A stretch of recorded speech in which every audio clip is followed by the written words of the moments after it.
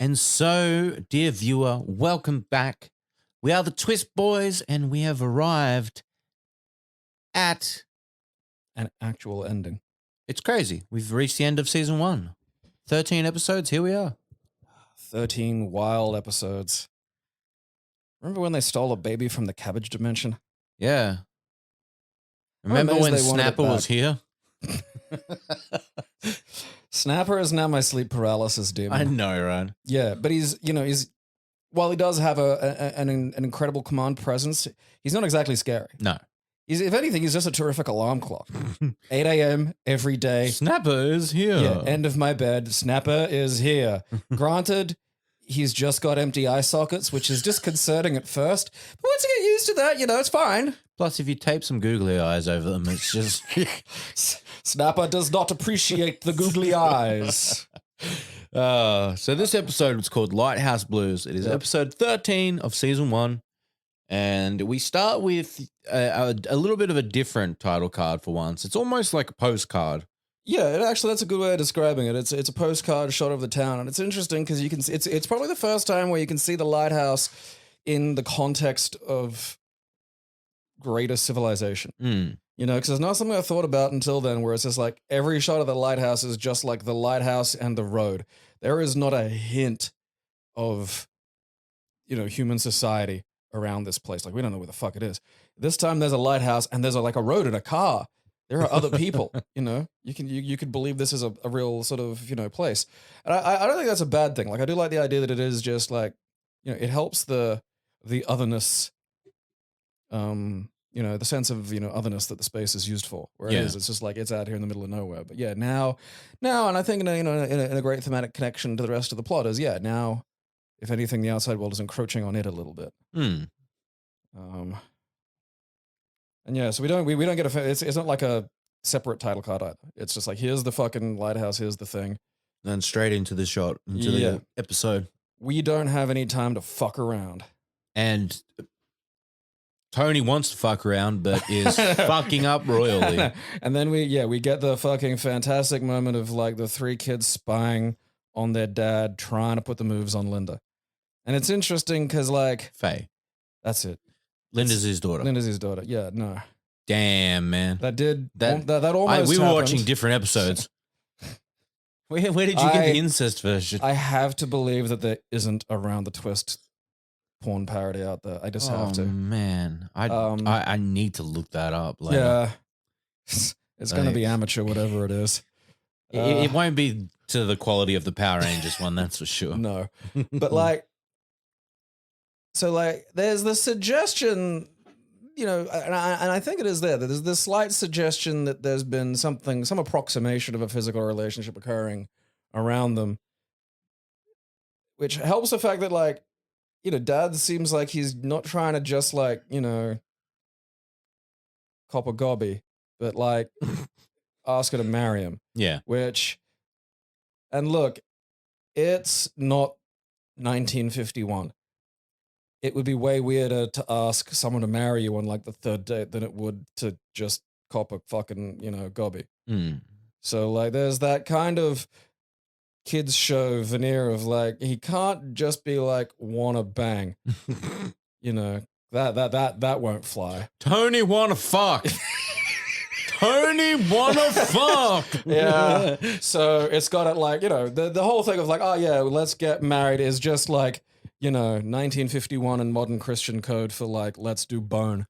And he's fucking fumbling this ball. Oh, man. Although, to be fair, Faye's doing that thing where, like, women don't do anything. She's not helping. No. And she's just going, yes. Yeah, that's very annoying. Yes. Like, it's, feel free. Like, she's waiting for something, and she's waiting for you know what you're waiting for. Just give him a little bit of help. He's obviously an awkward fuckwit. Nudge him over the line. Yeah. Just push that sheep-haired dog motherfucker.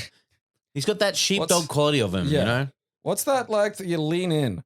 Feel free to girl boss this situation. Don't just sit there like a fucking stump. So then Tony suggests he's got the phrase like, I'm a man and you're a woman. You like the lighthouse and I like the lighthouse. And it's like, yeah. Okay.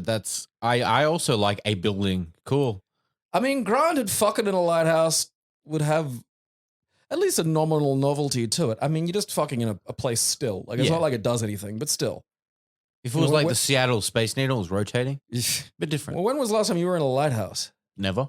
Yeah. So like, if someone said, "Hey, want to fuck in a lighthouse?" That like, even though technically it's not anything extra, I feel like there's a little, I wouldn't just because there's a sand. That would be everywhere. Still, even in a lighthouse. I Probably, want to yeah. believe. Now, Tony, they're drinking champagne, and Tony suggests more champagne because he's trying to get her drunk. Well, And- he's trying to get And drunk. but he's trying to liquid courage up the situation. which is a risky fucking Bad idea. Yeah, And she 'cause- just says, no, flat out. This show's got a great way of a lot of characters just delivering straight, blunt deliveries of things to people very quickly and swiftly. I think it's like an accidental side effect of not having a lot of time, but it just winds up. Yeah, it winds up just giving this rather clever punch to a lot of the lines that I don't think. I Was want to tell you what I necessarily in the wrote down for this next line after this scene ended. Because when that scene ended, we go outside the lighthouse, and I wrote, we see Nell at first, and I wrote, Nell is accosted by Gribbles.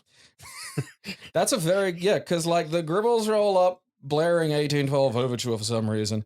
And like when we say the Gribble, like the whole fucking lot, including the two spare kids that aren't technically theirs, but are sort of just theirs by Matron osmosis. is there. Yeah. Rabbit, Tiger, and Gribbs Jr. there. Gribble, yeah.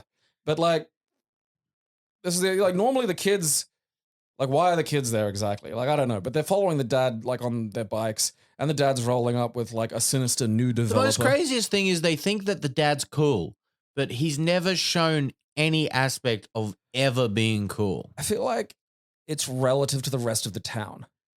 I guess he's kind of a in charge sort of figure. Yeah, like he's got some degree of authority somehow. I mean, I'm just like, he's the local real estate agent, which doesn't exactly like carry a lot of water for me, like real estate agent is one of those jobs you get when you have social skills and zero other skills. So it's like, yeah, you can be personable, but what's that going to get you? like this isn't, there are lots of real estate agents. Yeah. Like it's not like, oh, what are you? Oh, I'm some kind of actual meaningful genius that does something. It's like you talk people into like living in a spot. Like that's what you do. And it's like, it does not matter how much money you make from that. That's still all that you do. Yeah. So like, I don't care. And fuck, your kids are ugly. So yeah, poor Nell's just trying to walk, and she's getting surrounded by the Gribbles on the bikes. It's a swarm of Gribbles, yeah. It's too many. And It's like those videos you see where like a clearly like 10-year-old cat is minding its own business and like 10 puppies are let in the room. And the cat's like on a little stool. It's just above where the puppies can get to, but it's just a sudden chaos of yapping. And like the cat just, that's basically what you're looking at in this situation. So they have a gentleman in the car with them, dressed in black with a... Yeah, I called him Judge Doom because he looks a lot like Judge Doom from fucking Who Framed Roger Rabbit. He also kind of looks like He was a he's developer got the too, I same think. get up from the dude from Raiders of the Lost Ark. Yeah, that fucking the SS officer, Yeah. that weird look that's like, Brisbane goth. It's like, where in Australia are you wearing this fucking thing? You get maybe 3 months a year. And You're at the granted, beach, motherfucker. yeah, it's a solid look. And like the thing is, like this guy, and I don't even remember we got his name. I was calling him Developer His Face. name was Henderson. All right, yeah. Mr. Henderson. Yeah, I don't think we ever Developer got Henderson, a yeah. first name. Well, I was calling him Judge Doom anyway, because that's clearly what he was. And like he's chewing the scenery at points, but he's a very effective villain for this episode, I think. And yeah, like it's interesting because like the whole series is like Gribble been trying to get rid of them, and then he just rolls up with this Henderson guy talking about how he's already this time succeeded. Before this, though, Rabbit crashed his bike into the shed, and that was very funny. Oh yeah, that's right, he did too. I completely forgot. Because he just goes, "Whoa!" yeah, and then just rolls into like a shed. Yeah, and then next scene, just straight after that. Yeah, so they rock up. Tony's still failing with Faye, and then they just essentially Gribble just knocks on the door and goes, "Hey Tony, can we come in?" And comes in, and Dude, it's like real estate in this country back in the Get 70s and fucked. 80s, man. Like, there's a tenants authority now, like, so you can like tell them to go away. But like, whoa, man, you hear stories from like our parents' generation and shit. It's just like you'd come home and there'd just be some other cunt in the house. that's not okay. Oh no, it's fucking insane. And yeah, so there's just like he knocks, but he's knocking as he's like marching in. Yeah. And like He Kramers that motherfucker. Yeah, well, fucking. I mean, yeah, it's like it's a Kramer with like a veneer of social respect because you can't say you didn't even knock. Yeah. But it's like you did just. If you barge knock in. as you do it, like it's like indicating when you're turning. It's like that's not what indication is. Yeah. And he rocks up and he says he has a compulsory acquisition order. Yeah. And you've got to get out by tomorrow. Yeah. That doesn't work. I wouldn't think so. No. Back then, maybe. Yeah, it's in hard a dodgy to say. side town, like depending on your contract and what you've actually signed. Yeah. In some fucking out of the way fucking coastal. Because they do say they found a loophole and to get a compulsory acquisition order. Yeah, and that's like, basically, usually it's a state thing. Yeah. Usually, like, that's if they need to build, like, a whole railway or something. And, like, you've got some fucking former dairy farm, shit farmer's shed, and you're refusing to give it up, and they try to pay you, and you say no. And then they go, look, just go away. I'm not sure how it would function in this regard in terms of, like, hawking it off to a private developer. But, again, developers in Australia, developers generally are greasy and aren't to be trusted. And developers in Australia even more so. And then as everyone's piled into the house, we get the fucking ghost music. Ghost music, man. Yeah. And Bronson talks about them in the scene. He says, they nicked my muesli bar. And that tickled my fancy. Yeah, and then he suggested the ghosts eat people. So, like, the Gribble kids barrel up the stairs because they want to see... No, only Bronson does. Huh? Only Bronson goes upstairs. Isn't he followed by the Gribble kids? No, he's followed by Matron. Him and Matron go upstairs first. Oh, that's right, yeah. They get to the top, and Bronson's like, okay, they're really hard to catch. And then they open the door, and he's like, oh, that happens every time. Yeah, the instruments haven't moved at all. Yeah. And then we see up the stairs some sparkly glowy appear, and a ghost girl appears. Finally. We get a ghost girl. Yeah. And Matron loses screams. her fucking mind. Yeah, because she's seen something that she's told everyone is make-believe. Yeah, well, she says, like, ghosts are a product of a warped imagination. Yeah, a figment of a warped imagination. And I'm assuming it's because she's got, like, nursing and stuff. She's, and because it's, like, coastal Australia in the 80s, there's probably still an awful lot of, like, sanitarium-level treatment of the mentally ill. They probably still have, like, some kind of, like, asylum that's just a hole. Yeah. They pluck, just the insane kids with Down syndrome. It's actually just on the school property, It's just a building. Women who had an opinion, like just like every form of worrying malcontent that could get like sent for transportation. It's probably the only place in Australia that still receives transportees somehow. Like there's some English prison that still does, like it's something that was signed by like the Queen from like fucking, who'd that have been, like Victoria or some shit? Yeah. Just like it's still going on. Like every now and then, like just some English prison gets to send like 40 fucking weird ferals and we chuck them in this hole. So I think also Mr. Gribble later on in the episodes that says that Matron has 5 diplomas. So it's also probably a thing that, she thinks she's so smart and that something that she cannot explain is just not okay. Something has ruptured this. And then, she runs screaming down the stairs going, there's an apparition. And that's when the Gribble kids go running up.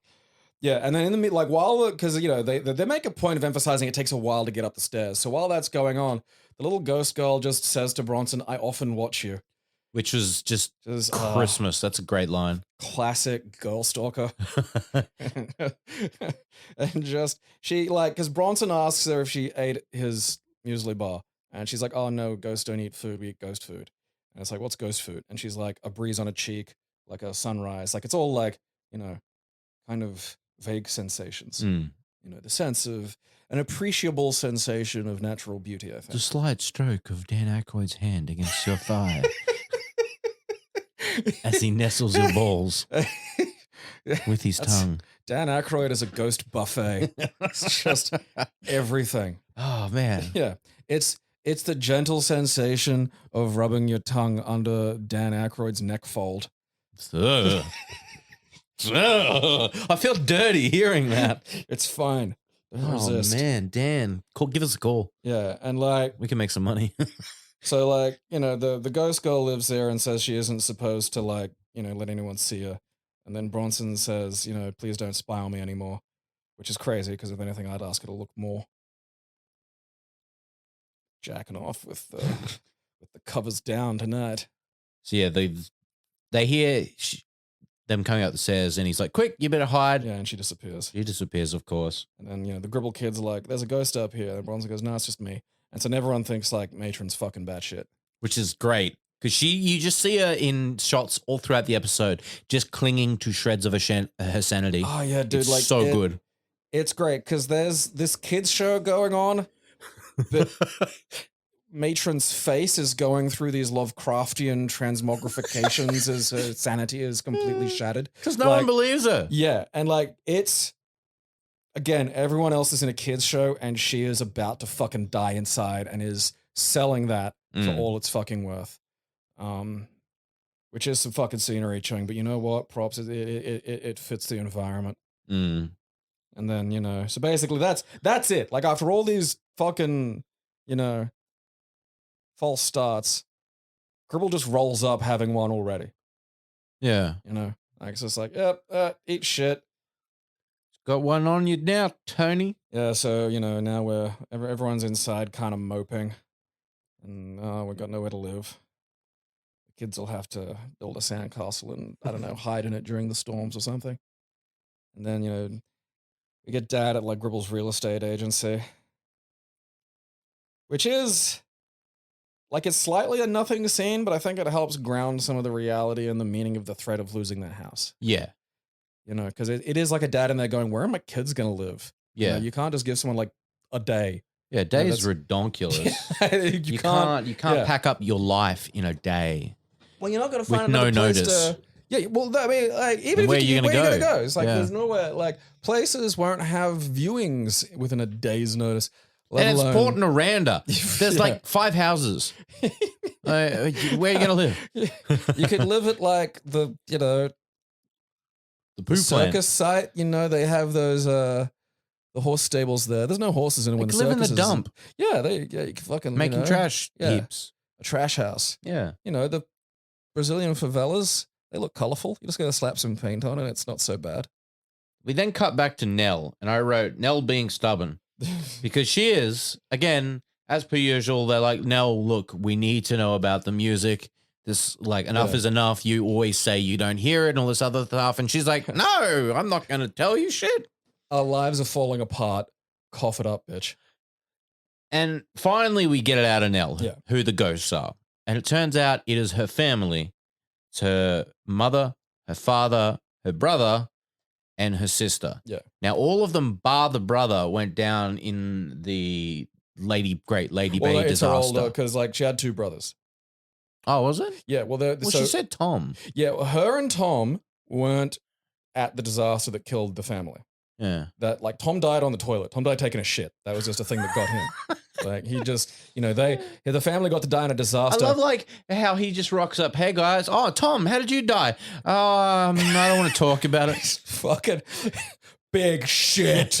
It was the biggest. You should have seen it. You guys weren't around for it. They started selling these things called sausage rolls. All right. And it turns out you can't eat 40 of them. You can, but then it fuses. It stops your heart. Yeah. Just and clogs. I was trying to push it out and just like, I don't know, some bit of my brain exploded. So the thing that gets me is the Great Lady Bay disaster. And it's like, lady, for the love of God, how many people have died on ships, boats in this town? I'm like looking out. There's no rocks. There's no. I mean, that might be it though, because it's like, that was one of the things about like fucking, the barrier. That's why it's called the barrier reef and not like, the great nice reef. Yeah, true. It's like you can't see it and then it destroys your old-timey boat. Yeah. So it might be like that situation where it is just like, it's like a death hole. Mm. And that's why they built the fucking lighthouse. Well, maybe they shouldn't have built like a port there. Yeah, I mean, you're right. They shouldn't build a port on a death hole. No. That's not the best. Oh, we got a lighthouse now. Yeah, people still dying. Yeah. Shit. What does the lighthouse do? It just points out all the wrecks. They're dying every time it circles around. Yeah. They're dying out of the light. Here it comes. Oh, we're safe. It's gone. No! We're down. Oh, my whole family died. Down, down. Family is down. Do. So that's finally we get affirmation of who the ghosts are, and Nell, looks a bit upset about it, and she says that She never got a chance to say goodbye. and we can't reach them. She says they'll never help us. Yes, they're my ghost family, and yes, ghosts have been seen interacting with people in these parts, but they won't talk to me, Nell, the daughter. Yeah, how mad would you be that your dead family this whole time, you've lived here like 60 years, and they've never once tried to reach you, but they're reaching out to Bronson. They took the brother, fucking kid. They took the kids they liked. Yeah. they were at some they were on some sort of cruise, and they were like, let's not take Nell and Tom. They're kind of drags. It's like, yeah, you're right. We'll take the children we enjoy the company of. We never go. We maybe have to promise if we ever die, never talk to Nell. Don't want to hear it. All right, I don't want to hear any more of her bullshit. Yeah, fair, but we will play weird music so she knows we're here just to antagonize her. That's the thing that like comes up though, is like they're playing ghost instruments. Which is why the fucking instruments on the table have never goddamn moved. It's like a sensible fucking plot point. Are you kidding me? Look at that fucking come together. What an interjection. That's amazing. Yeah, so like it's in the evening now, and they're like, this could be the last night in the lighthouse. Pete's playing his guitar. Linda's doing katas. The music starts. Dad's feeding fish, which is apparently a character trait that he had that we've never literally seen that. I mean, he could have been doing art.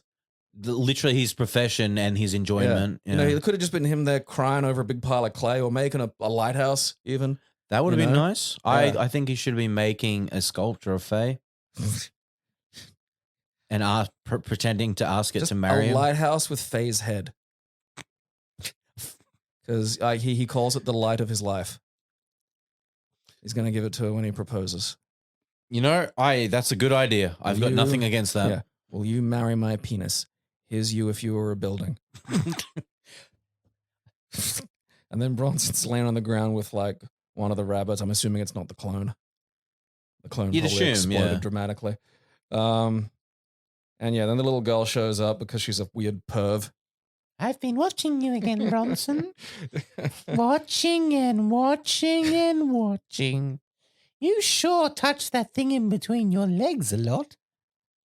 Dirty little boy. Dirty little boy. Well, you're the one looking, you fucking perv.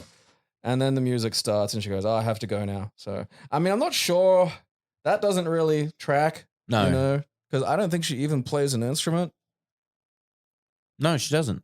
Like if she showed up with at least a ghost tambourine. She plays the hand. Just one hand, not two. She doesn't clap it's one hand clapping. She plays the shut up. And then the next day they're having a sad, breakfast in the lighthouse. They've let Nell inside, which is unusual because usually she's an outside Nell. Yeah, I don't think it's wise now because she'll want to come in every time. Yeah. Don't feed Nell as well. Don't, yeah, as interesting as they can sometimes be to listen to, don't feed Nells. Unless they give you like advice to give you treasure. Yeah. Because there's a lot of treasure around, damn it. Or if they can explain the ghost girl that stares at you while you sleep. And then the Gribbles roll up. Matron's batshit. Like she needs proof that the little ghost girl she starts clinging around the table and going near Bronson, being like, "Dear boy, you saw it, the spirit, right?" Like just the shaking in the voice quiver. Yeah, like again, she's not ha crazy. It's kind of tragic. Yeah, her whole world is ending. Like, because she's seen a few things so far, that have been out of the ordinary, and just seeing a ghost being a lady of like 40, whatever, that many years, it would be disruptive. It'll be hard. Dad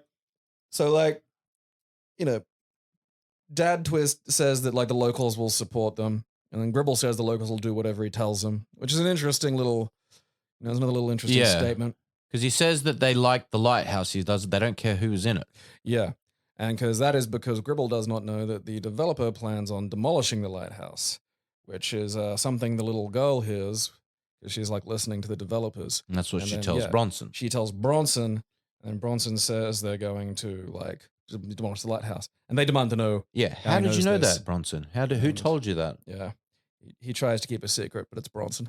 And then so they go through the ghosts, and Nell works out that it's ghosts. And she's like, is it my mum? My dead family, isn't it? Yeah. No, shakes his head. Is it my dad? No, shakes his head. Is it my brother? Shakes his head. My little sister Sarah. And he's just like, a little kid that young can't hold a secret. Yeah. Especially when you've given up the relevant information anyway. Like, it's that thing of kids don't know that there's like deductive reasoning, you know, where it's like they'll just come out covered in paint and then you look in a room and it's like covered in like child face smushes just in paint on the wall. And you're like, oh, you did that, didn't you? And they're just like, no. And it's like, no, I'm able to, there's this stuff called like, there's evidence, there's like reactions and reactions in a physical universe. Like, I'm going to hit you with a belt now. It was a big belt too. And so like they come to the conclusion, and I feel like this is probably one of the weaker parts of the episode, that like they've got to use music to summon the ghost. This is the only thing that works. Which I feel could have been set up. Like, I feel like the weaker parts of this episode are things that really could have had set up along with the fucking music. You know, like they played the music. They had like a couple of minutes here and there dedicated to it. I really think it should have been either a longer episode by 10 minutes. I know they couldn't have, but like for story wise, it needed 10 or another episode. It could have been a 2-parter. That would have helped. It could have been like to be continued. Oh no, the lighthouse is going to get demolished, and then ending on like just Gribble going, I've got the order. Your lighthouse is getting demolished. And then we can, because now Nell's just now we like can have a backstory, because like it's just there's too little information about the family and the music and everything, and of course they go up and try to summon them with music, and it's god awful. Dad's got bagpipes, and he can't play them. No, where did Tony get bagpipes? I don't know. I mean, I'll be fair and go, okay, he's like a weird modern sculptor. I would not blink. Like, I've known some sculptors and some artists, and it's like, just wouldn't blink if they just had some bagpipes laying around. But like, I've got bagpipes. I was like, oh yeah, of course you do. That fits like several stereotypes I have about you in my head. They don't work? No, I know 100%. They've got like a ruptured gas bladder or some shit, you know. And then like, Pete and Linda start playing like some kind of damn teens music on the guitar. And Nell's getting more and more upset and frustrated as this goes on, because she's old, and the devil's music is getting to her. And then like fucking Gribble's wife shows up again. Ear to the door. Yeah. Trying to listen. Mad with the ghosts. And so she, Nell says, you got to play music from like that they know. Yeah. And it's like, what the fuck are like ghosts from 1920s Australia going to know? And then they play this weird song where Linda's singing. Oh, Danny Boy. They play Danny Boy. Oh, is that Danny Boy? Yeah. Okay, I've never heard that. I've never heard the whole of Danny Boy. So I didn't realize that was a verse from Danny Boy. I can't remember what that's about exactly, but I'm nearly 100% certain it's grim. Because I don't know the lyrics or anything. But if it's like one of those like weird Scottish or Irish songs about like dealing with the British, it's about dying. I like to listen to the modern version, Danny Boy. Ow, my brain. Oh, Danny Boy. No. So, like, the ghost musicians like Danny Boy, and they show up. The ghost girl shows up, and she's not playing anything. And yeah, they're playing ghost instruments. You're right, it is. What it's a boy? Okay, so what's Danny Boy about? It's a popular ballad written in 1910. Many people associate the song with Ireland, even though lyricist Frederick Weatherly was a British lawyer. The connection came when his Irish-born sister-in-law sent him a copy of the true Londonderry Air in 1913. Upon receiving it, Weatherly modified his lyrics to fit the meter of the tune. Londonderry Air was discovered by Jane Ross in 1851. She heard a traveling fiddler playing on the street of Limavady Island. Ross asked if she could notate the music for a friend in Dublin who was trying to preserve a video of the ancient music of Ireland. Video on the history of song states, sadly, Ross did not note the fiddler's name, and he may forever remain anonymous. Damn. I kind of like, as much as a bummer, like at least we know some details about it. Yeah. Like I do like that we do know it was just some fucking guy on a street fiddling. Yeah. Not knowing it all, like just having to assume that would be annoying. Not knowing the guy's name or anything about him kind of like helps with the mystery, Because I feel like he could have been just some weird local child murderer as well. Oh yeah. There's a lot that could go wrong there. So now we've just got this. It's a very romantic story. Like, what is it? It's just some fucking Irishman with a song in his heart and a boot on his neck was just playing.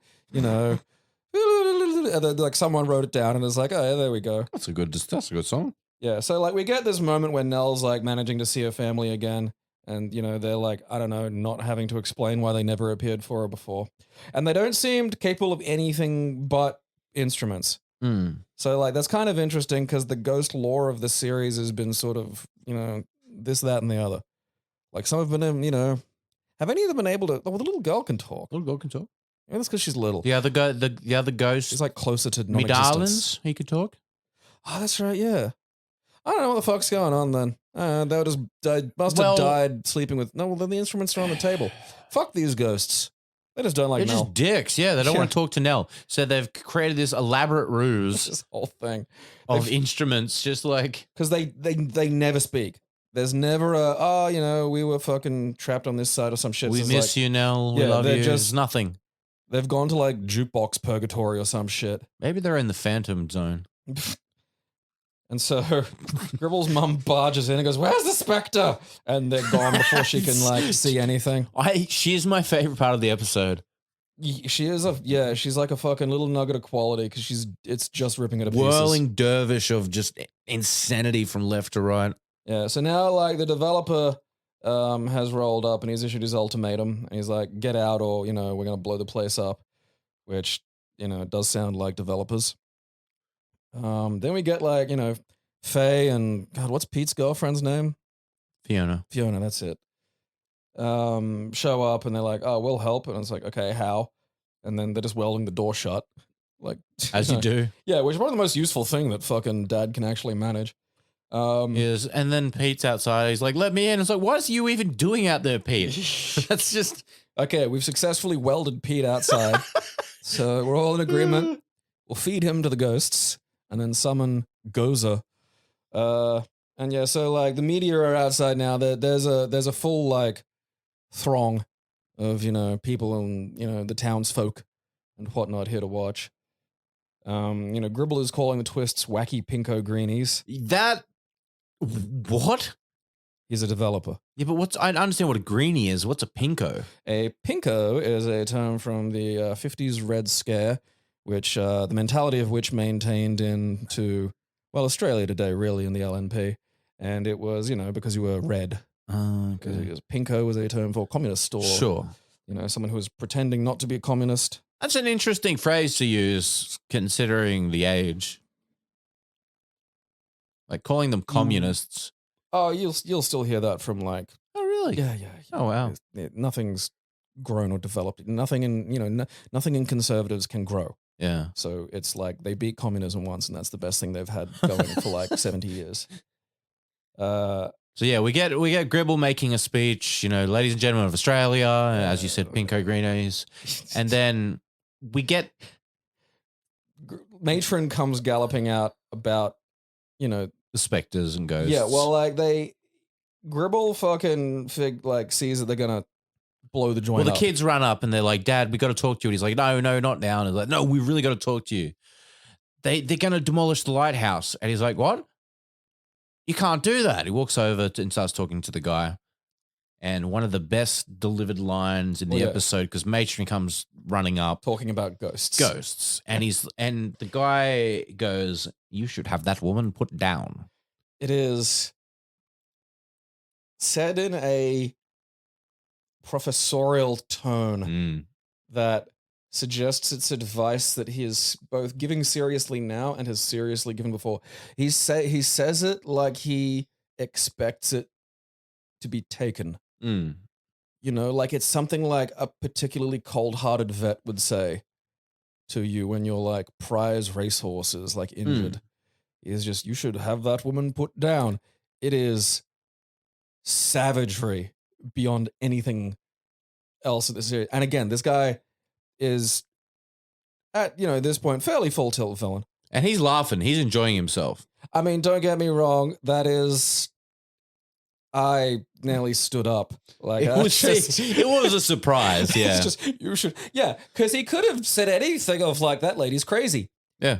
Any permutation of that would have. Hey, your worked. wife is kind of bad, so Yeah. you should have her killed. You should have her committed. It's like what? Would be kind of, would be like a fairly stiff insult. Yeah.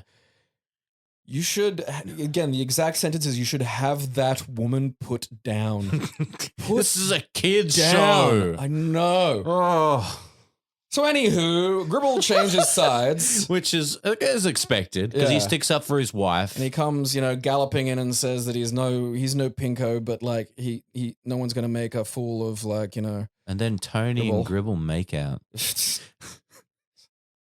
They do the Aaron's- fusion dance with their tongues.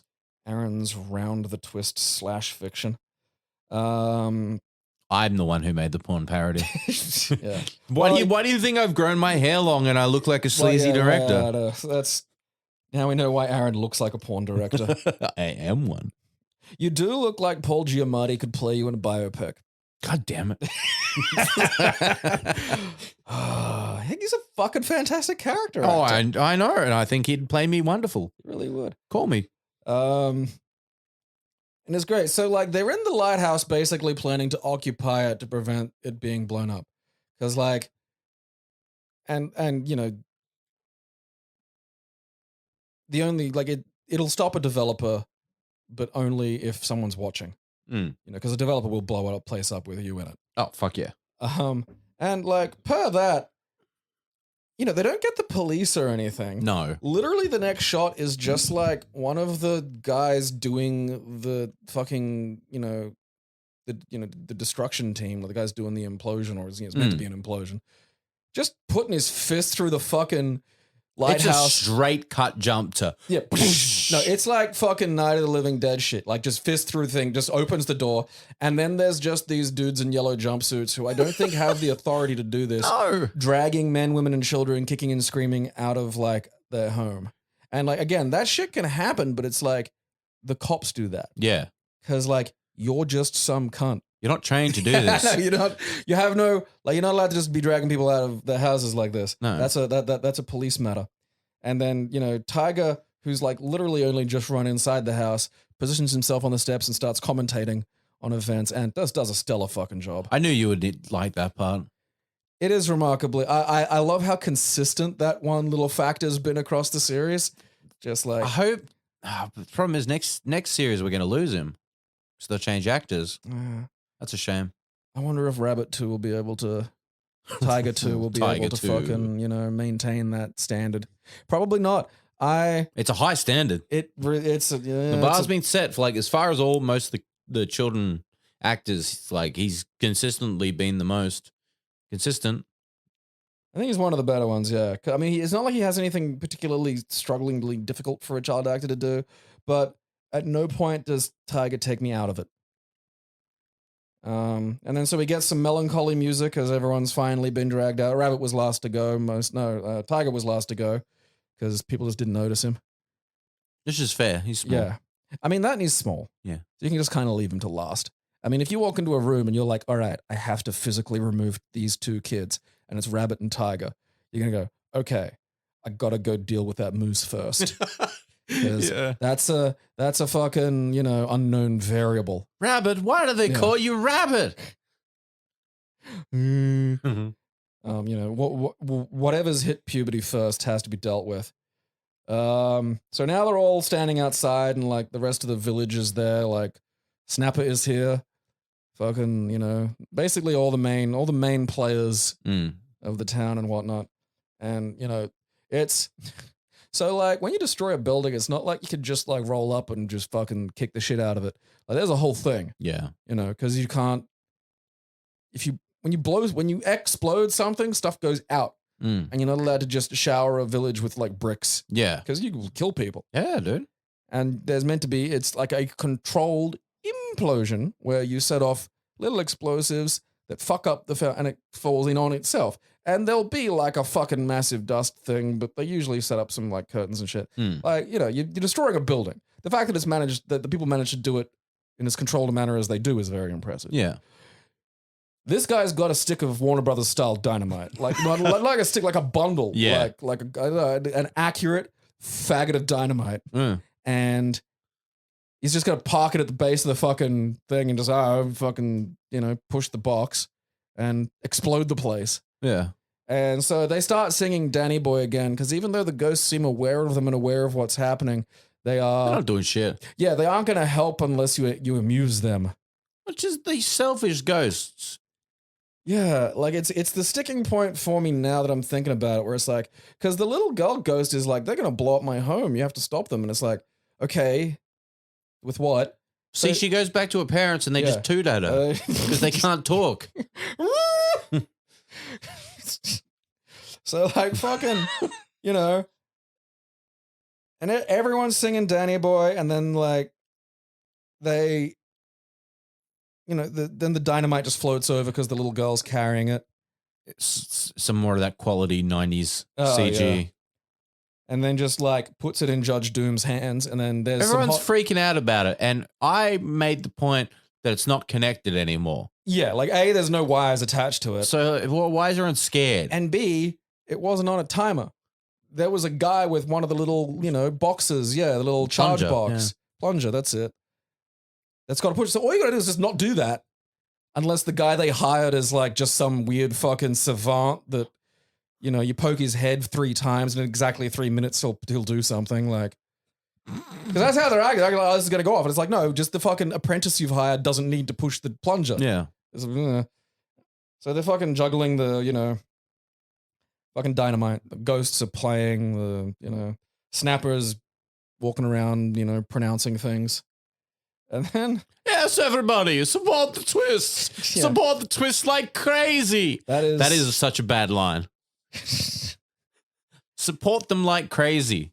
I know that. Like, fuck me, you're a teacher. Yeah. You literally have been so well... You're meant to have words. Worded in other episodes. Words now, Snapper. Yeah. Well, Snapper is here, so he's... And the fucking developer is at this point like just full tilt chewing scenery, and he goes, "Mine! My lighthouse!" And then runs away because the ghosts are around him. People don't like him. I was expecting him to blow up when he got down the street. He's just still holding the dynamite. And then the guy just pushes the thing because, he poked his head 3 times. Whoopsie. And like, yeah, so he's run away, which is like TV for you win. There's like no consequences. He's gone. He's probably entering his own fucking mouth of madness that Matron fucking went through. So he'll just be the town hobo next season. Oh, fuck yeah. Yeah, he's just like, he's just doing heroin in the beach cave. And then like, we get like a little moment with Bronson talking to the ghost girl, and he tries his dad's moves, but it turns out what he's asking for is just ghost food. Even though the girl explained it to him. Yeah. Like, it's not like... it's Bronson. He's not... I mean, yeah, that's true. That is, he's an idiot and he's not the sharpest tool in the shed. And so Nell kind of gets a little bit of closure. I mean, they still don't fucking talk. They just kind of nod at her. Yeah. Imagine like meeting your ghost mom and you're trying to get your fucking closure and she's just got like one of those party whistles stuck to her face. Yeah. Doesn't seem to want to talk. Just, okay, thanks. That's how I'd show up to fucking, any grandchildren or something. It was just like, oh yeah, hey. And it's like, it's the noise of a melody pop. Yeah. There's Grandpa Aaron's ghost with the fucking melody pop again. Who gave him that? They still sell melody pops in the ghost realm. He went to like China, Ghost China, where they give you money and shit. No, it's like, I get you some melody pops. You know what? If I die, I hope to be a spirit and travel like the spirit realms and shit. I go visit, China ghosts. Me and Adam Sandler, I'll harass him in the ghost world. Because no afterlife is taking him. No. They'll take his characters, but they won't take him. Yeah. And then like, what you do? We return to like Faye and Dad, and now she actually does something, and so like, wait. Oh yeah, no, hang on. Yeah. You skipped a part. I did. I jumped a paragraph. Yeah. In my notes. Well, yeah, because Bronson asks for ghost food. Yeah. And she goes, "Okay, meet me back here at sunrise." Yeah. And then it's the next day at like fucking sunrise. Yeah. and the Snapper's there for some reason. Yeah, it's one of those, like, I get it's the end of the series, but it's also, there are some peripheral characters there that made a bit more sense when the lighthouse was about to get blown up, because, like, yeah, I'd go watch that too. But now it's just like, I don't think you were invited, Snapper. I don't think this He's was just standing there specifically, smiling, not addressing anyone particularly, trying not to, clue attention to it that he's there and being present. Snapper is subtly here. Move very slowly. They don't notice me. So yeah, the best part is Tony finally pushes through because Faye goes, I have something to ask you. And then Tony's like, oh, wait, shit. I got to buck up. And he's like, will you marry me? And then she turns and goes, oh, look at the beautiful sunrise, which is the worst possible reaction. Parried. Yeah. It's just, will you marry me? God, look at that. That's oof. Look at that kid's head. Yeah. And Bronson and the ghost girl. Well, the sunrise is the ghost food. Yeah, she's like, that's what our food is. And then she gives him a ghost kiss. And then Tiger starts commentating on it and gets told to shut up. And then we just get Bronson's frighteningly just fat-faced reaction to getting a ghost kiss, and that's it. That's the end. And so that I didn't expect the series to end on Bronson getting some, but here we are. And then I didn't expect the fucking series to end with Snapper as a main character, but here we are. It should just be all about Snapper. I'd fucking watch that. Dude, yeah. I'm all about that. Like, I feel like, again, I mentioned it earlier, but I feel like the villain should have been getting built up like earlier on in the series. Yes. Like Gribble was always coming in with, weird Japanese perverts and, various other maniacs and trying to sell the lighthouse off.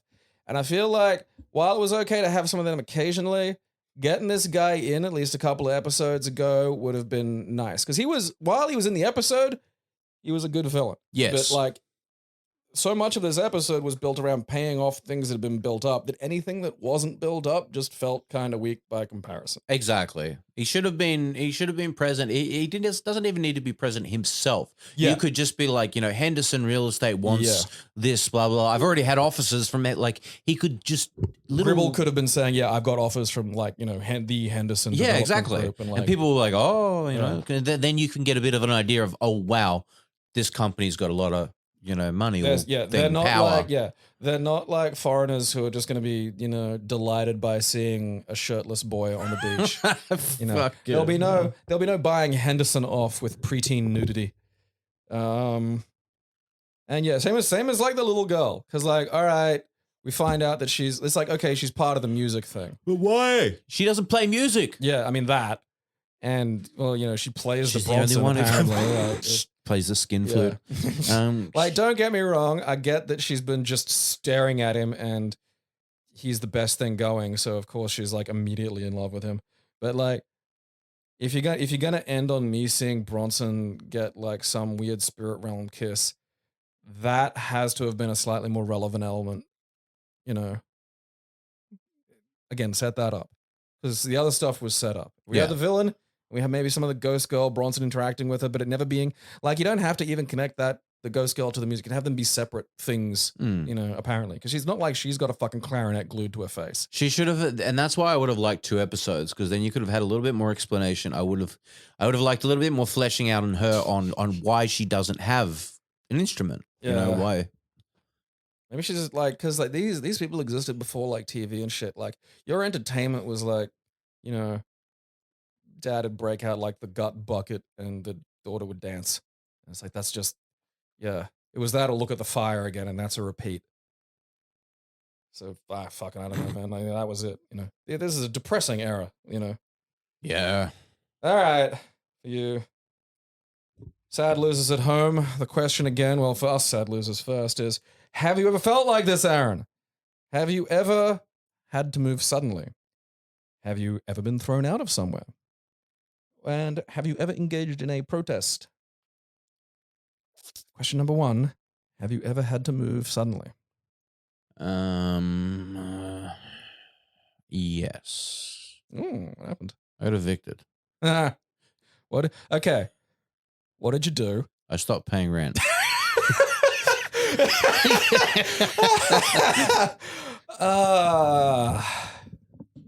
Well, we're glad we solved that mystery. Because I lost my job at Okay. the time, and so like I was in the process of transitioning to a new job, and like the place I was staying at did like their own real estate because it was like upmarket apartments. Yeah. So like they lived on the site and all that sort of shit. Ugh. So I just kind of like avoided them all the time.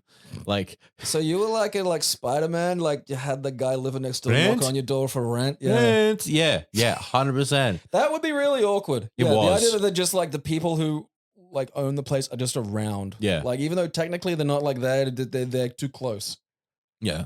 So that was like at a spiral point of Yeah. a lot of life decisions During a and things bad that time. happened. Like I was pretty much an alcoholic at that point and drinking a lot and doing other stuff. Luckily, no hard drugs. Just speed one time. I'm gonna affect it. Why? Didn't pay rent. Okay. Oh, it was so funny because we left that place and I don't know why, but I think my roommate at the time, part of his car fell off. Like he had like a kit car. So God, wow, where would you even where did he get that?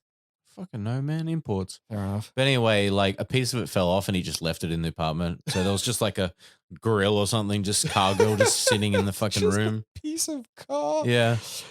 Uh, All right. What was the other question? Oh wait, you go ahead. You answer. like I don't think I've ever had to move suddenly, but I did. I mean, it was kind of like how I wound up leaving Melbourne was pretty quick.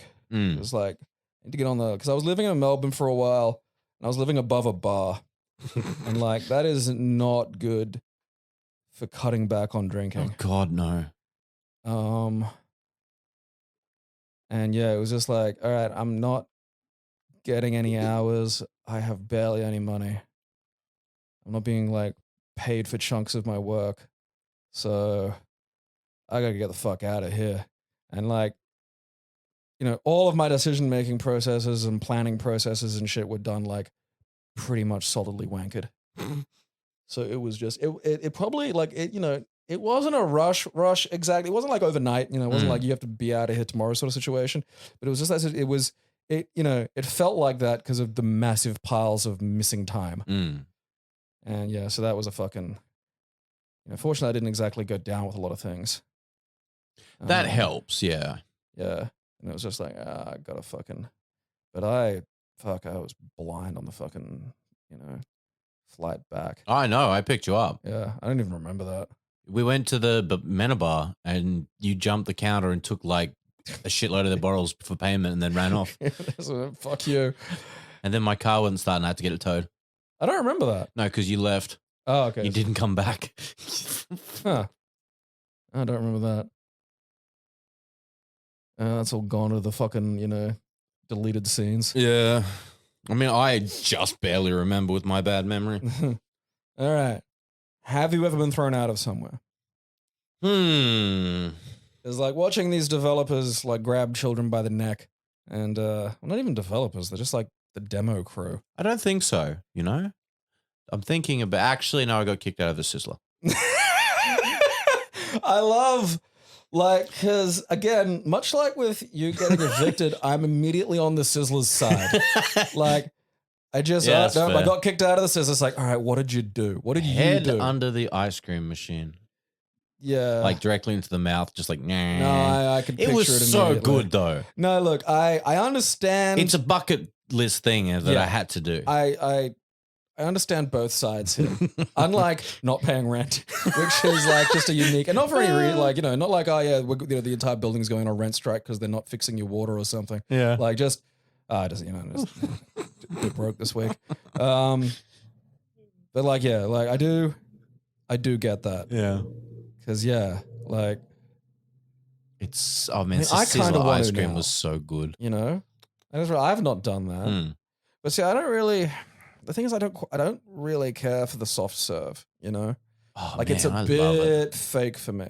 That's why I love it. If they could get like, because I know they have that shit, but with like some better ice cream in there. Like I don't want the Mr. Whippy because I'm not even sure if that's cream. You know, Like that's that stuff where they call it Mr. Whippy because ice and cream are nowhere in there, which is, upon reflection, incredibly concerning. If you could I don't like this Mr. Whippy fellow. Yeah. I believe he's up to shenanigans. Have this, it's Mr. Whippy. What the fuck is that? It's like when you see like an American TV and shit, there's that stuff called Cool Whip, and I don't know what that is. And I think it's like, is it like fake cream? I don't know. Let's have a look. Yeah, look that up, actually. I want to get some closure on this wondering. I was going to get it when I was in the USA, but then I forgot. Because again, like it doesn't say what it is in the fucking thing, which worries me because if they do that, it means it's not the thing that I think it is. And that is a fucking concern. Cool Whip is a brand of imitation whipped cream. Right, so it's imitation. Right, Yes. so it is. Yeah, it isn't whipped cream then. It's something. Referred to as whipped topping by its manufacturer, God. Kraft Heinz. Used in North America as a topping for desserts and in some no-bake pie recipes as a convenience food. Or ingredient that does not require physical whipping. Can maintain its texture without melting over time. Americans have these categories of food that like, so weird, like whipped topping, like that doesn't explain any, like, okay, so nothing in Australia is sold like that. Listen to this. It has a longer shelf life than cream or frozen. On the other hand, it does not have the same flavor and texture as whipped cream and costs nearly 50% more per ounce. What this? I mean, I do get like it can last a bit longer, but like that's expensive. That's expensive. Yeah, for like stuff that you can eat. Stuff that won't, like, I'll say you can eat your stuff that won't kill you immediately. It was originally marketed as being non-dairy despite containing the milk protein casein. It now also includes skim milk. Ingredients: water, hydrogenated vegetable oil, high fructose corn syrup. Of course. Corn syrup, skim milk, light cream, America's less than 2%. Sodium, caseinate, natural and artificial flavor, xanthan, and guar gums. Yeah, xanthan gum. I don't know what that is. Xanthan? Yeah, like it's like some weird. It's the shit that makes everything sort of thick. Yeah, it's got many industrial uses, included as a common food additive. It's effective thickening agent and stabilizer to prevent ingredients from separating. Can be produced from simple sugars using a fermentation process and derives its name from the species of bacteria you use. Xanthomonas campestris. That sounds like a Roman god. So we have. Hello, I'm Xanthomonas campestris. I'm the Roman god of holding ingredients together. You know what? Good for him. I support that. I like my ingredients being held together. All right, we've learned what Cool Whip is. All right. Yeah, I wish I hadn't. Hopefully that information will just drift away. Did we talk about where you were thrown out of? No, I'm trying to remember because I've been asked to leave places when I was way too fucking drunk. But also because, I was like, a bar worker and a doorman and shit, I'd just leave. Yeah. Because it'd be like, yeah, I'm fucking trashed. I'm kind of finding it funny you let me in the first place. Yeah. Because that had happened at places where I was employed. And that had happened to other people who were like, it's just something you deal with when you work and live in bars. Is like, someone will come in on their day off and get fucked up. And at a certain point, you're like, all right, you have to go home now. Yeah. Because you fucked up. They're like, yeah, all right. And then, normally it'd be that. And it's just like, yeah, you tell Gabe he's got to go home because he's fucked up. And it's just like, yeah, I'm fucked up. And then, sometimes I'd ask for like one shot for the road and then stagger off into the fucking night. Oh God, have I ever been fucking trying to think? I really don't think I've been physically ejected from anywhere. And I feel like that's something someone would tell me. Yeah. It's possible that it just never happened. Mostly because I did a lot of my fucking real falling down drinking with like, the support of people who either managed or owned venues, which lets you get away with murder. Yeah. You can, provided you're not, and the thing is like, the trick is to be at most the second worst drunk. Yeah. And the good news about dealing with any kind of like hospitality people is that's a fairly easy bar to get under. Like it's, I was drinking a lot and would occasionally take drugs offered to me. I wasn't on a like year-long fucking coke bender that would, peter out in the middle of the night and then turn me into a deranged, angry property magnate swinging fists at like nothing. Yeah. So nothing I did really ever, it would seldom stand out among the. Well, that's the thing is like, I like mischief a lot. I like getting up to shenanigans like mischief, but at the same time, I don't like causing a disturbance. I don't like other people to be put out on whatever they're doing. Yeah. So generally it's like if someone's like, hey, you should do this. And it's like, if it's going to fuck with someone's day and their work, no, I'm not going to do that. Yeah, I'm not a smashing drunk. I'm not a violent drunk. I'm at worst a mopey drunk. Because like I remember I was at a friend's wedding and they had a centerpiece on every table, and the centerpiece were those little gel balls. I put a handful of them in a spoon, just angled it on my plate and just hard whacked it down. Bam! Thump! They've gone just across the room, and me and my friend are just pissing ourselves laughing because it was away from the bride's table, so that all that matters. Yeah, like, I'm not going to hit the bride. Yeah. I wasn't upsetting the only person who was relevant. We managed to get them up in the air vent thing. Yeah, like that's what we were trying to aim for. See, I can see myself mucking about, like making a game out of it. Like you got to get it into the vent, or you got to get one over there. And that's what I mean by mischief. Like, I'm going to do that while a waiter's not looking. If a waiter's coming over here, I'm not going to go bang. You haven't gotten your dick out on like a busy Sunday night and shouted that you own the place. Yeah, you're okay. And so that was what I was competing with, was like proper fucking degenerates. And so, like, mostly it'd just be like, all right, Gabe, you go home. I was like, and then off I'd stumble. Have you ever engaged in a protest?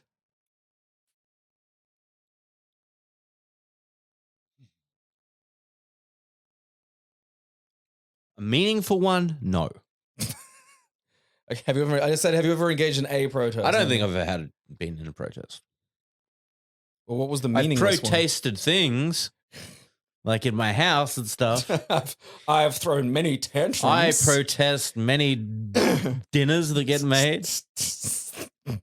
I can't eat like pasta and stuff like that properly. Like pasta really fucks me up. Okay. And so Kemi doesn't get to eat pasta often. Okay. So like when she does make the pasta dish, like I'm like, yeah, okay, I'll eat it. And I just sit there with like the scowl on my face the whole time, just like eating one bit at a time, going, I'm gonna fucking eat just make your own 10 oranges later.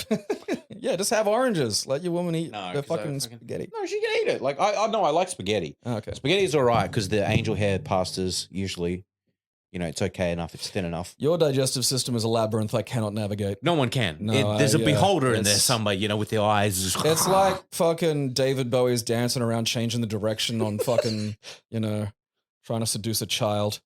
Which people were okay with for some reason. I suppose it's because every fucking teenage girl that watched that wanted to be seduced by David Bowie, so they were just okay with it. Statutory, kids. Did he ever make Bowie knives? He should have. David Bowie knife. That would have been amazing. What a great company. It's really small, but it's perfect for doing your eyebrows. Protests, you. I've probably been to at least one or two. I don't know. See, like I'm, personally, in terms of like activism, I don't like ineffectiveness. I just find most forms of like street protest, unless unless you can, like, I don't think a lot of people have really grasped what makes those work when they do work. Right. And if you do them when they're not going to work, they become less functional. Like simply rolling up to a place with a fucking sign isn't going to do a good goddamn thing. But like, it winds up being a lot like fucking, taking your laptop to a coffee place and saying you're going to write. It feels like you've done something, but you haven't done anything. Right. It's the equivalent of buying fucking exercise equipment and then never using it. Gotcha. Like there's a lot of ways you can feel like you're doing something without actually having to do it. Yeah. And that's, I find like a lot of like what you qualify as direct action being sort of like falling into that category, particularly, in Australia where a lot of the issue is sort of like a malaise, I suppose is what you'd get at. So generally, like, there's the argument I've always had with like your sort of more activist types is always like, okay, look, like when I was at uni, it was like they're gonna, because the, LNP doesn't like learning too much. we're going to, fuck with students again. And this was an election year. Mm. So, like, there's this is a perfect example of, like, if in an election year, a party that despises, universities as places full of, pinkos is fucking with universities again, what that means is they don't care whether or not you vote for them. Right. They already have written you off as a concern, meaning any protest you do is going to be written off too. Like they know you're going to protest. That's what you do. It is an understood and already deemed ineffective technique by the people you're trying to, protest. Like, what you'd need is a fucking, some degree of communication that can either, reach people, the people you're protesting, against care about. Like, you have to, maybe communicate to, like, the, I don't know, whatever the fuck mass votes for those creatures these days. But again, it feels good to show up with a fucking thing and, yell. Yeah. And it feels like you've done something, but, you haven't. Yeah. I don't know. Closest I've got to probably engaging in protest would be more sort of like, again, I like very direct things that, like, may actually work, but, oftentimes this is done on such a scale as to be, functionally insignificant. Like, probably the best thing is, like, just convincing really homophobic relatives to be less homophobic. Because that's a surprisingly easy one. Oh, really? Well, because you can kind of judo it. It's like that thing of, like, people don't really care. And unless they're fundamentalists, like, unless they're religious, like, the best line I got for it was, like, there are only two kinds of people who care this much about poofters. Poofters and closeted poofters. Which one are you? And that immediately then everyone's pointing at him and going, And the thing is, that's leveraging, it's still engaging in homophobia, but what it is it's designed to shift the social attitude of that immediate group to, we should not be caring this much about this because that's weird. Right. And that's what you want. You want to get people who are hostile to a point of not caring, because that's a smaller distance to walk than it is to, like, fucking supporting you or being an ally. And that's another example of, like, you got to do this shit in a way that sometimes feel like is a bit slow or a bit ineffective, because if you aim for the fucking moon, you're going to miss. And so, like, if you get them to not care, and again, it is weird. Like, the fundamentalists are a separate fucking issue because they've got their own lunacy. But, like, the idea is you get them to fucking just not give a shit. Yeah. Like, and then, you can live your life unmolested. Yeah, that's probably all about right. What is our last question? it. Are you horny for ghosts? Now? I mean, I am. I mean, is it Dan Aykroyd? Well, Dan's not dead yet. Yeah, but his ghost still visits me. Doesn't stop it. You could be horny for Harold Ramis's ghost. No, Harold doesn't do it for me. I mean, I upset a girlfriend one time by saying that I'd, like, spend all my time in Hogwarts masturbating in front of that fucking toilet girl ghost. Moaning Myrtle. Yeah. I mean, her name's Moaning Myrtle. Yeah. She's obviously, provided you've We're died swallowing after you've hit Sally puberty. out. It's just, that's the same girl. Well, like, that's the thing is, like, when we say, are you horny for ghosts? Do I mean like a corporeal spirit that looks like a human, or I talk about ones that look like Casper? Because, like, I can be horny for a human. Like, I can be horny for any human, but you aren't going to try Casper's squishy boy pussy? No. You aren't going to tap his dunny cunny? No. That could be anywhere on him. I mean, I mean, it would look like you could any masculine traits. It looks like you could stick your genitals in anywhere.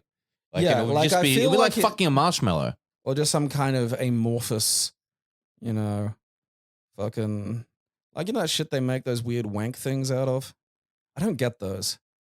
Like, fleshlights? No, like, they make those super cheap ones. It's just like a fucking, like... Oh, Tanga eggs.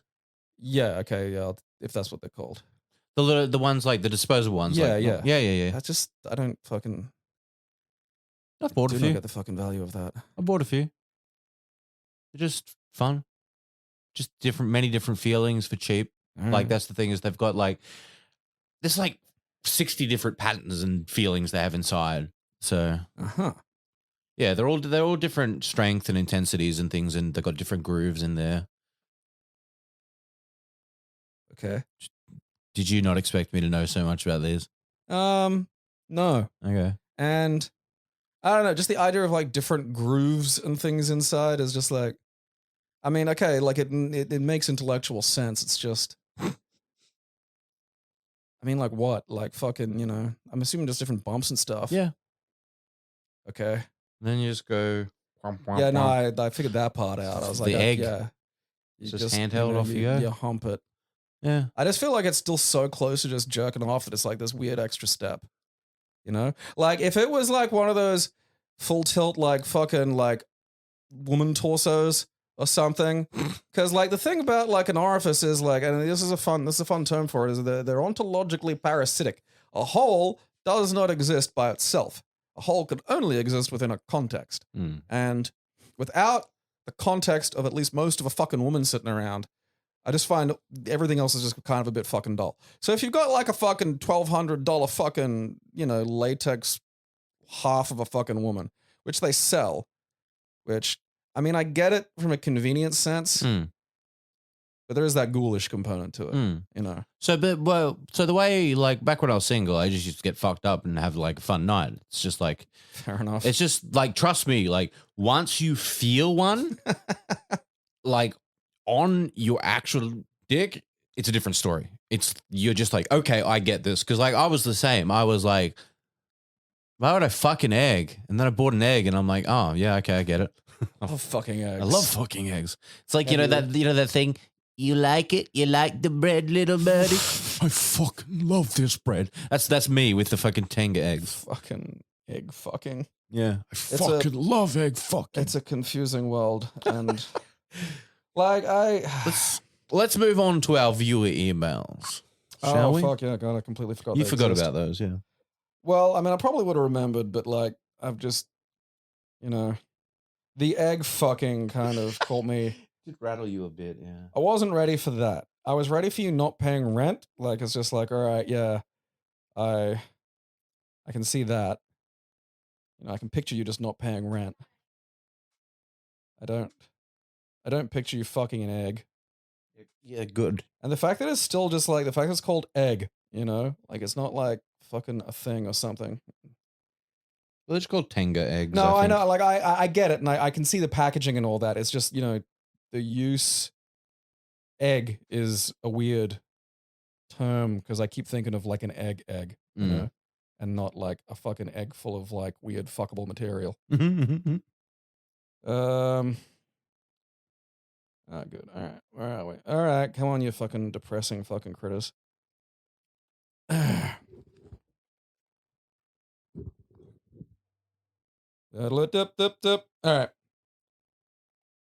All right, it's oh god, it's Ladle Tard Mortis again. I only have one this time, but I personally feel it's a doozy. Have you ever embarrassed yourself via public speaking? Sort of. I will preface this by saying that this event led to the death of a friendship after all was said and done. I thought you were going to say this event led to the death of a felon or like something similar. Wow, you had a friend. Way back in 2007, for reasons I cannot begin to fathom, my high school thought it would be a great idea to have a pickup line contest on Valentine's Day. That is a terrible idea for a high school.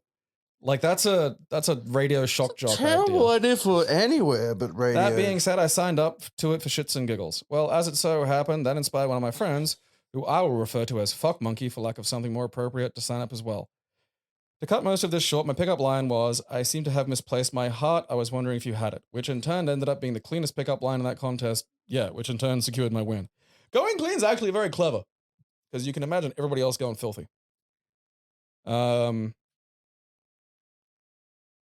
Anyways, a week or so before the contest, me, another friend, we'll call him Sticks, and Fuck Monkey were talking about it. I told them mine and they liked it, so Fuck Monkey tells us his, which made Sticks and I cringe. We then go into our talk our drunk friend out of doing something stupid mode by explaining to him the following.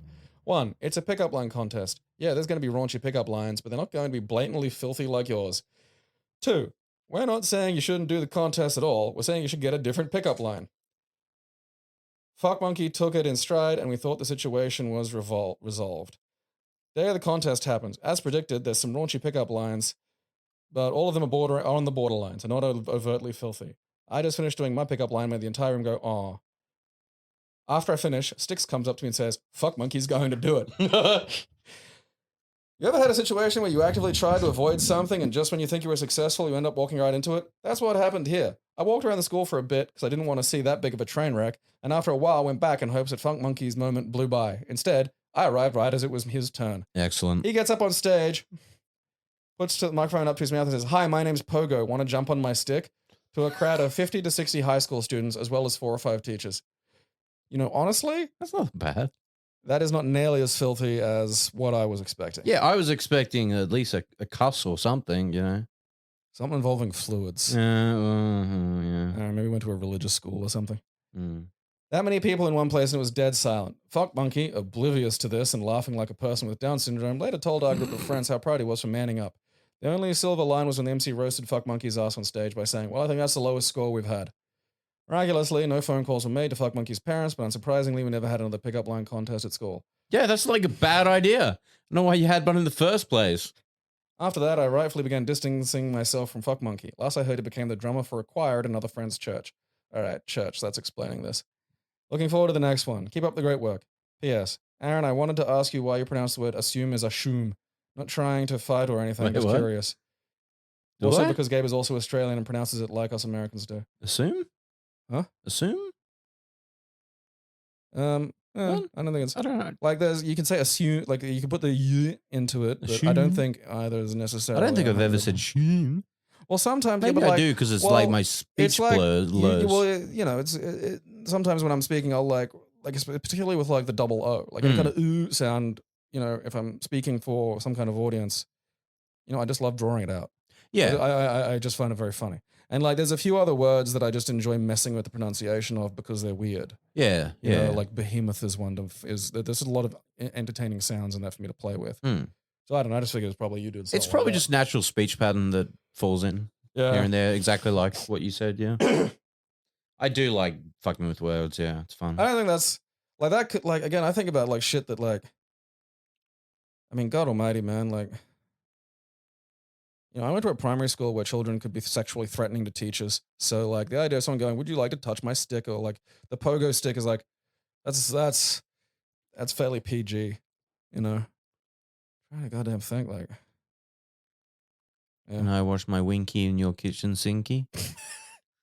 Oh, fuck, no, yeah, because this is what I'm talking about. There was this weird fucking Islander kid, and you could tell he's weird because all the other Islanders thought he was fucking weird. And that's worrying. That's the Like, metric, yeah. when, You don't like, want that. Yeah, when like all of it is like, oh, cunt's fucking strange, man. I don't want to hang out with him. It's like, wow, you've been like fucking rejected. Because when we were on like fucking, you know, school camp to like Morton Island in year 5, he got like some chunk of like a filthy limerick or something in his head. And so like it was just some rhyming thing, but like it'd be like, you know, to give you an example, here's one he said was be like, I'll give you bacon and eggs if you spread your legs for my cabana. And it, for my cabana was the ending every time. Oh it was my just always God. that. It was some rhyme about that and this, but the way he'd say it was always for my cabana. And that is burnt into my... He's just going constantly while we're on this fucking camp. So we're on the bus, you can just hear you don't hear the fucking stop, but you hear just over somewhere of him fucking... He's just saying these things out loud. And, you know, again, it's one of those things where I think about it now as an adult and it's like, oh, yeah, that was fucking strange, but I understand now also why you just like, you know, particularly if you're a teacher or something, you're just like, I don't fucking... Like, I'm not addressing that. You know, I don't want to get into whatever that is. Also, to address your question further of why I say things weird sometimes, I forget how to speak. I'm like, It's from the Devil's Letters. My brain's just a fog of Lyrica and Devil's Letters. High as shit. Hey, it's the Red Longitude. Thanks for all you guys do. My public speaking story isn't so much embarrassing as more a bizarre situation in retrospect. I was in elementary school living in the United States recently post 9/11. Public schools in the US started to really push patriotic rituals, reciting the Pledge of Allegiance, singing the national anthem, trying to mold us into good little flag-waving patriotic citizens. My school decided they wanted to do an assembly, get a couple of kids to do speeches about how great the US is, and absolutely ensure that we're all full of unity, liberty, and freedom, etc. I was chosen to make one of the speeches because I was your standard gifted kid. No effort, perfect grades. Not knowing how bizarre the situation was and just happy to have a lot of responsibility and attention, I practiced the speech until I had it down by heart. When it was my turn, I didn't exactly understand that I basically had to be kissing the microphone for it to be picked up. That meant about half the little speech was inaudible until the teacher ran over and pushed it closer to my face. I was too out of it to restart, so I just spat out the rest of it and sat down as quickly as I could. I basically don't remember any more of the assembly other than my embarrassment over failing America or whatever, but at least I was out of the spotlight. As for interesting things I found on a beach, I was on a trip like how you said that it was more bizarre than embarrassing. No, it was embarrassing. I mean, if the microphone was only picking up like bits of the speech and just all the audience heard was like "Death to America" or something, That'd be so funny. Yeah, that would have been good. Death to America. As we all mourn the tragic deaths, of the terrorist attack on America, and just like all you get is "Death to America."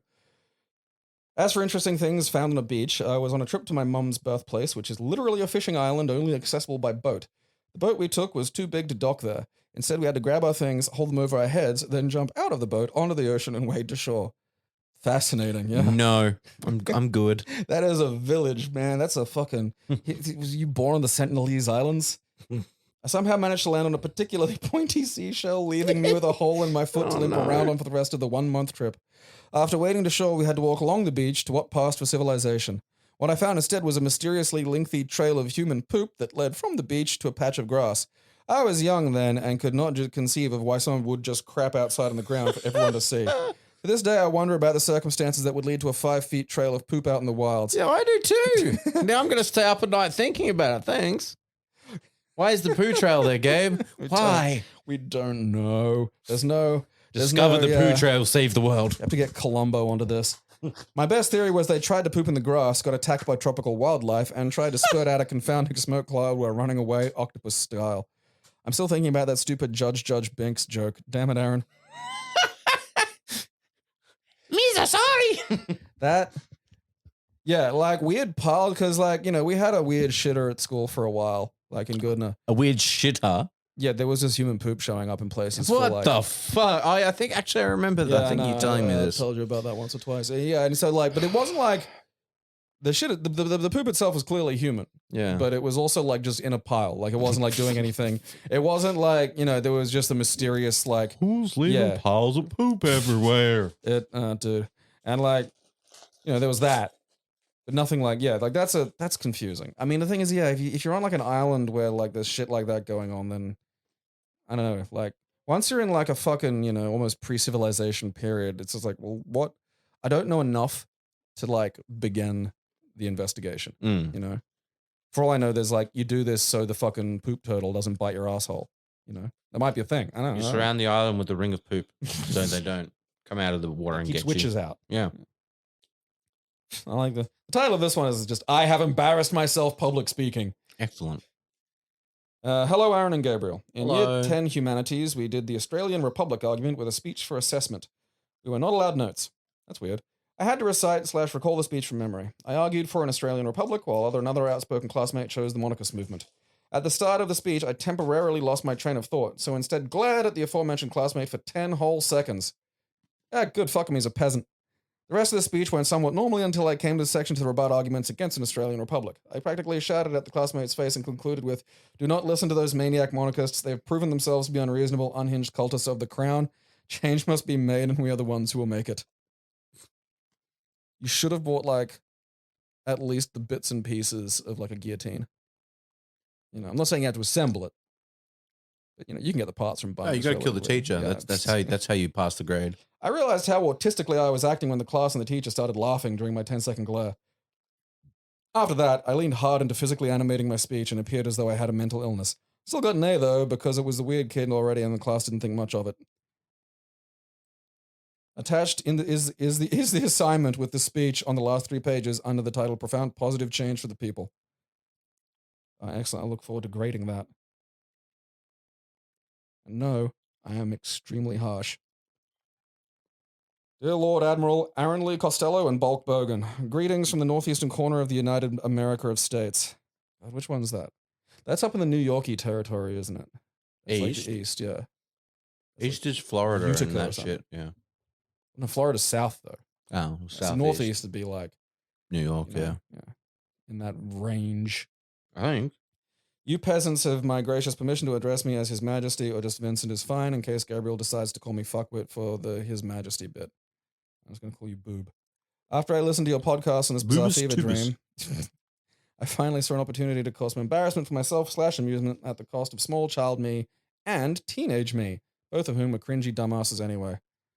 I have caused myself embarrassment while public speaking, sort of. Forgive me if this is a bit of a stretch. If I'm going to make a jackass of myself on the show for the internet, I feel compelled to do it justice. The first situation was as a small child in elementary school. I was born in 1993, started school a year early, and this would have been maybe 2nd or 3rd grade. Occasionally, when we would eat lunch in the cafeteria, also the auditorium, the teacher in charge of wrangling us would allow kids onto the stage with the microphone to mess around. That's a bad idea. I don't know what I was thinking. I don't know what the teacher was thinking. Technically, it's their fault. Yeah. But the song One More Time by Britney Spears was a smash hit at the time, and around this point, I expect Gabe and Aaron to be audibly concerned about where this was heading. I know where it's going. So I told my friend Hamid we would be the coolest kids in school if we got picked to go up and sing it. Excellent. Oh boy. Smash cut to this small white boy and his Middle Eastern French friend hunched over the mic like death metal vocalists, screeching the lyrics into the microphone while the teacher rushed to relieve us. I still think of that randomly some days, and the urge to commit suicide makes a reappearance. Damn, dude. Wow.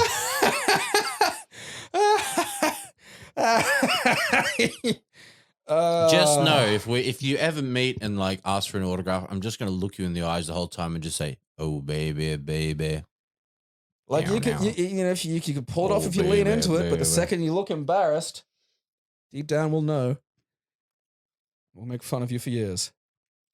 Thank you both so much for the last over the years. From Gabriel somehow managing the Herculean restraint required and not strangle Yahtzee during the course of Let's Drown Out, to Aaron especially for keeping his classy train rolling. You two have been prominent, keeping me sane over the last year after the death of my only remaining relative. Stay safe out there, guys, and stare into the sun.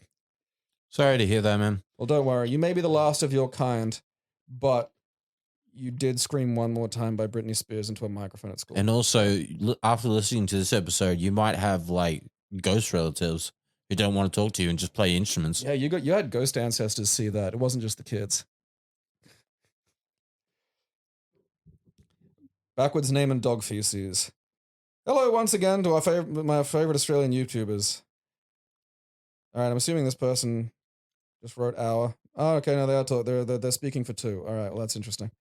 I hope you enjoyed my stories about my Rasputin teacher. I have a much shorter email this time. One day when I was maybe 10, I went for a playground at a nearby military base. Okay. For the entire day, and for reasons I'm still unsure of, I said my name was Milo, because that's roughly my name backwards. Actually, I was teased by a kid a few years older than me whose family had just come over from Australia. It wasn't until much later that I realized he was teasing me because of the chocolate milk drink powder by the same name. Not too long after my family got our first dog, we started referring to the dog crap as landmines because I would accidentally step in them while running around the yard and end up splattering them. All the best. I hope you stay cool this summer. Playing at a fucking thing near a military base. Just Beach.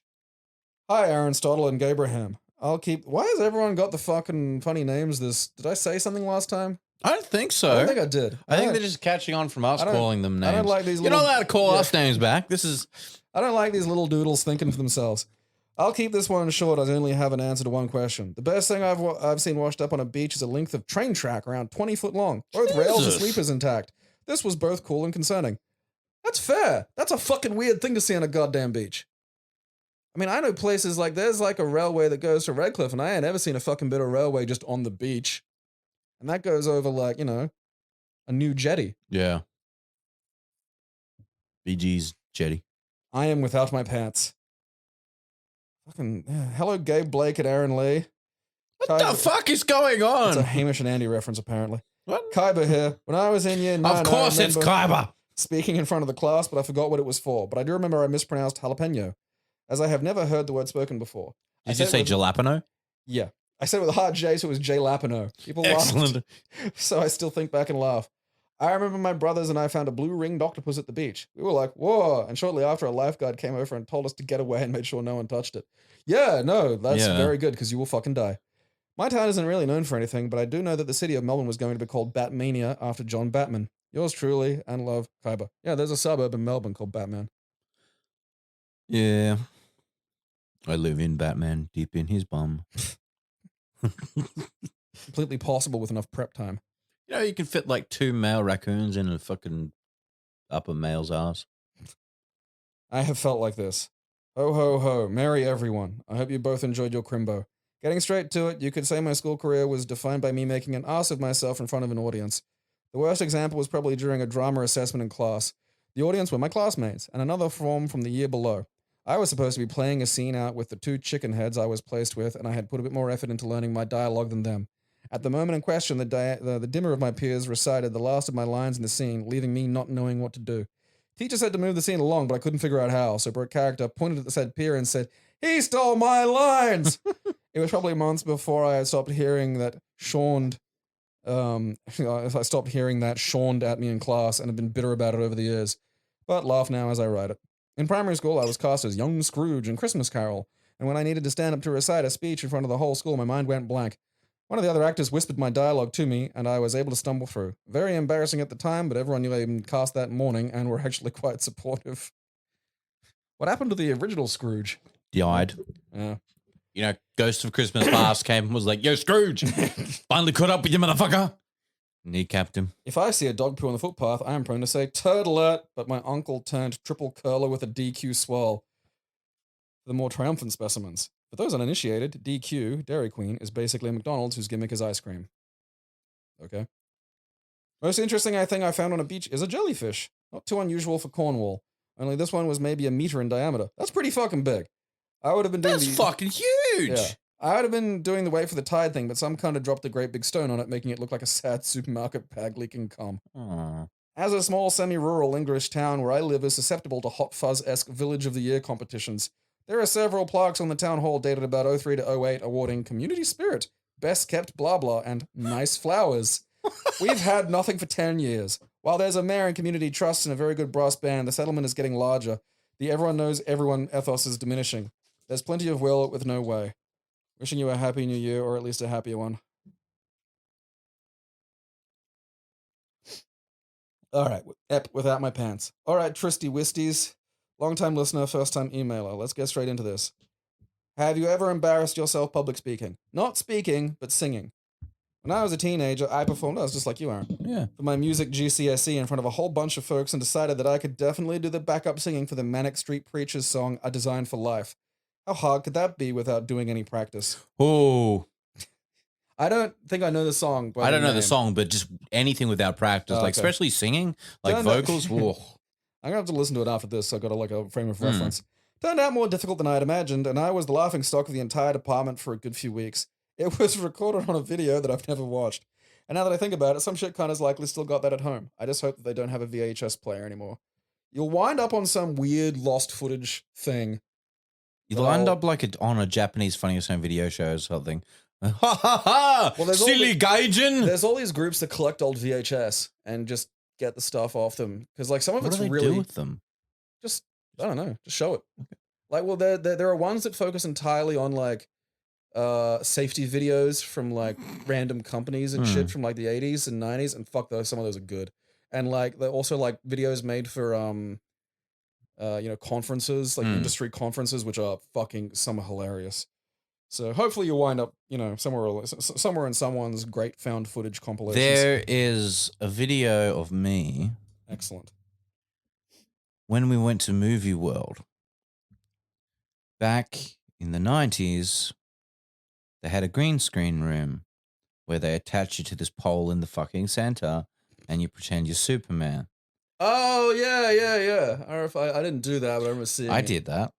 And Mum has a tape of it. I want to know if she still has it. I want to know if she has. We'll upload it try to get it uploaded on the channel somehow. Have you ever found anything interesting on a beach? A few years back, I visited Malta, which doesn't really have beaches, but instead just a shitload of forts and castles on the coast. Cool. And most of it's unprotected and open, so you can just see what's the point of having like a whole Malta covered in goddamn forts if you're just gonna let that shit. I want to go to Malteser. Man, tasty. You can just walk or crawl through a lot of them. In one of these derelicts, I found a painting of some sailing ships graffitied onto the wall. Wait, you say derelict? What do you mean by derelict? Well, they're probably not active. No, it's like derelict, like a shipwreck or something? Well, it's also a term for like a derelict building. All right, okay. And there probably are shipwrecks around. No, I don't like it. I attributed these images to being old as fuck. This was pretty interesting to me since I like to visit derelict and abandoned places and soak up that feeling of epic mystery. There were also used needles all over the floor. Oh, man. So I guess old forts are also pretty nice places to do heroin in. A bit Of less of course. an epic mystery there. Where else can you chase your dragon? Yeah, you need a fort. Defends you from the dragon. Weird term for dog poo. When I was a kid, we used to call rabbit poo Maltesers, which as an adult doesn't quite add up. Maltesers are pretty big compared to a rabbit's bottom. I'm assuming you've tested this. Yeah. Do you have a Maltese? Do you have a rabbit that shits Maltesers? Have you ever stuffed a Malteser up your rabbit? Has your town ever been in a fun town comp? Being from the greatest city in the world, Manchester, we've obviously never needed this award. That's a very Manc thing to say. Fuck, man. We've never needed it. When the UK was in the EU, there was a thing called the European Capital of Culture, which was given to Liverpool in 2008. We now have a UK Capital of Culture because fuck you, Europe. This has included the majestic hotspot of Hull, the concrete block of joy that is Coventry, and Derry in Northern Ireland, where there's so much culture that the authorities needed to build a wall through the city to stop the culture of throwing Molotov cocktails at each other. Jesus. All jokes aside, it's a good way for places that time fuck to get some budget and actually do something nice for these forgotten realms. I'm not watching along because the show freaked me out as a kid, and like most Englishmen living in England, I pay a couple of foreigners a pinch to do the dirty work I don't want to do. Watch it, you peasant. You fucking baby. Keep on going around the twist. Your biggest cunt, Gash. By the way, I messaged on Patreon the other day, but figure I'd mention here too. Your website in the UK redirects to some dodgy-looking pharmaceutical No, site. we know. You've got to go directly to the website where we're working on a website redesign and It's a Google thing or something, isn't it? Yeah, it's a vulnerability in WordPress, which is the engine we use, and I have got rid of it multiple times, but it just keeps coming back. And to get rid of it fully, I'd have to pay for people to actually put proper plugins in the software and shit. And it's not worth it. So we're having our web dev guy rebuild something for us. So it's in the works. Just hold tight. Probably late, but possibly not. Just call me Mr. Potato Brain. It'll make sense after this next paragraph. It makes sense now. Have you ever embarrassed yourself by public speaking? In my final speech for my college speech communication class, I gave a persuasive thesis for the legalization of marijuana, and during a Q&A portion of the entire class was belting with questions conveying an Amish plumpwife's level of knowledge of drugs that I fell the fuck apart and couldn't stop stuttering long enough to finish. I got that D- though. I like Amish plump wife. That's a fun phrase for me. Alternatively, the first girl I ever asked out had me wait until she had a crowd of 100 people to turn me down publicly. Excellent. 100 people, like that's horrible. That's mean, That's mean. man. Yeah. That's scarring. Just say no. Yeah, that person reveals themselves. The second one only had 5 of her friends gather for it. The third waited for a party in my own house. Once about 10 people had arrived, and while these aren't specifically me speaking, they did leave me in a state where I had to retort publicly and basically come up blank every time like a dumb fuck. Have you ever found What something? gypsy did you piss off? Yeah, just stop using the fucking rape lipstick, I think is the lesson here. Have you ever found something interesting on a beach? In New Jersey, the beach has bounties of heroin needles and broken beer bottles. Yeah, that's fair. I've heard about the Jersey beaches. Seen pictures too. You can see some amazing fat guys. Like, because Australian fat guys are kind of specific form of fat guy, where like there's a lot of anterior pelvic tilt.